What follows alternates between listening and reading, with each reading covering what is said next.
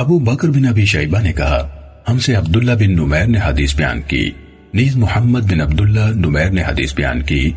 دونوں کے لفظ ملتے جلتے ہیں۔ کہا ہمیں میرے والد عبداللہ بن نمیر نے حدیث سنائی، کہا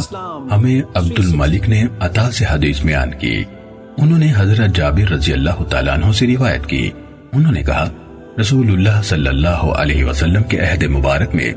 جس دن رسول اللہ صلی اللہ علیہ وسلم کے بیٹے ابراہیم رضی اللہ تعالیٰ عنہ فوت ہوئے، سورج گرہن ہو گیا۔ بعض لوگوں نے کہا سورج کو گرہن حضرت ابراہیم رضی اللہ تعالیٰ عنہ کی موت کی بنا پر لگا ہے۔ پھر نبی اکرم صلی اللہ علیہ وسلم کھڑے ہوئے اور لوگوں کو 6 رکوعوں 4 سجدوں کے ساتھ 2 رکعت نماز پڑھائی۔ آغاز کیا تو اللہ اکبر کہا، پھر قرات کی اور طویل قرات کی، پھر جتنا قیام کیا تھا تقریباً اتنا رکوع کیا، پھر رکوع سے اپنا سر اٹھایا اور پہلی قرات سے کچھ کم قرات کی، پھر اس قیام جتنا رکوع کیا، پھر رکوع سے اپنا سر اٹھایا اور دوسری قرات سے کچھ کم قرات کی، پھر اس قیام جتنا رکوع کیا، پھر رکوع سے اپنا سر اٹھایا، پھر سجدے کے لیے جھکے اور 2 سجدے فرمائے،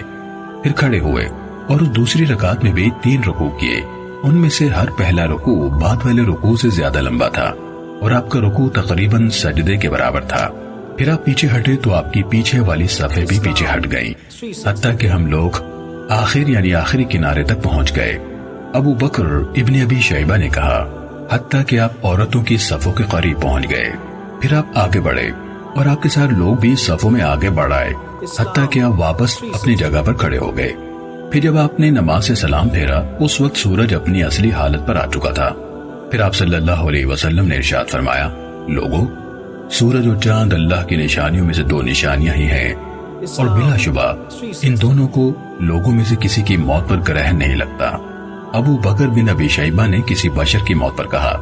بس جب تم کوئی ایسی چیز دیکھو تو اس وقت تک نماز پڑھو جب تک یہ زائل ہو جائے۔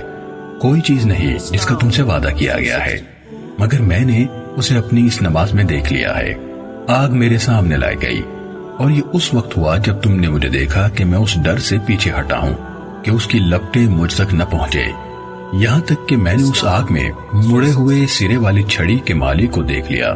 وہ آگ میں اپنی انتڑیاں کھینچ رہا ہے، وہ اپنی اس مڑے ہوئے سرے والی چھڑی کے ذریعے سے حاجیوں کی چیزیں چوری کرتا تھا۔ اگر اس کی چوری کا پتہ چل جاتا تو کہہ دیتا یہ چیز میری لاٹھی کے ساتھ اٹک گئی تھی، اور اگر پتہ نہ چلتا تو وہ اسے لے جاتا۔ یہاں تک کہ میں نے اس آگ میں بلی والی اس عورت کو بھی دیکھا جس نے اس بلی کو باندھے رکھا، نہ خود اسے کچھ کھلایا اور نہ اسے چھوڑا کہ وہ زمین کے چھوٹے موٹے جاندار اور پرندے کھا لیتی، حتیٰ کہ وہ بلی بھوک سے مر گئی۔ پھر جنت کو میرے سامنے لایا گیا، اور یہ اس وقت ہوا جب تم نے مجھے دیکھا کہ میں آگے بڑھا، حتیٰ کہ میں واپس اپنی جگہ پر آ کھڑا ہوا۔